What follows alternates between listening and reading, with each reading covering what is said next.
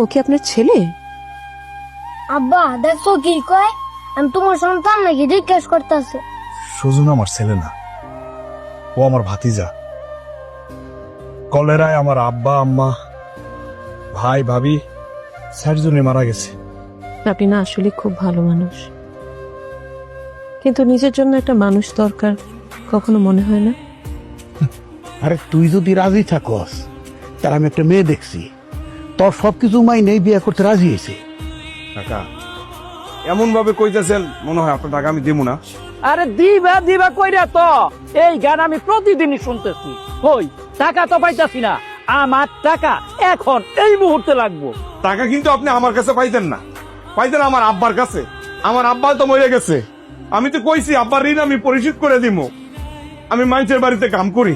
আমার আব্বা মারা যাওয়ার আগে আমগো গ্রামের জলিল কাকার কাছে ৫০,০০০ টাকা নিছিল। আব্বা দিয়া মরতে পারে নাই, এখন আমার ঘরের উপর আয় পড়ছে। বিয়ে করলে দেখবেন সংসারে রহমত হবে। দুজনে পরিশ্রম করে সবকিছু সমাধান করে ফেলবো। তারপরে যখন আমার বাড়ি থেকে উঠবেন, যখন দেখবেন অভাব আর অভাব, তখন এই কথা কই চলে যাইব? মানুষ তার খালি খালি কয় না, অভাব যখন দরজায় এসে দাঁড়ায়, ভালোবাসা তখন জানালা দেয় ফালায়। সুজন, আমি তোমার নতুন আম্মা না, এখন থেকে আম্মা বলবা।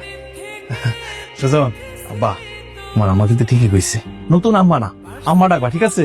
মানুষের বিয়ে করছেন তো, নতুন নতুন এখন কিছু বুঝেন না, কয়দিন যাক তারপর সংসার কারে বলে বুঝবেন। হ্যাঁ এই খারাই রয়েছে জনক, তোমার কি মাথা নষ্ট ছিল? একটা কামলারে বিয়ে করছো। কপালে থাকলে কি করবো কন? কপালে যা আছে তাই মেনে নিছি। আমার সাথে দেখা কইরো, কোন অভাব থাকবো না। এখন আমার মোবাইল নাম্বারটা কি নিবা? তুমি আমার কি করবা?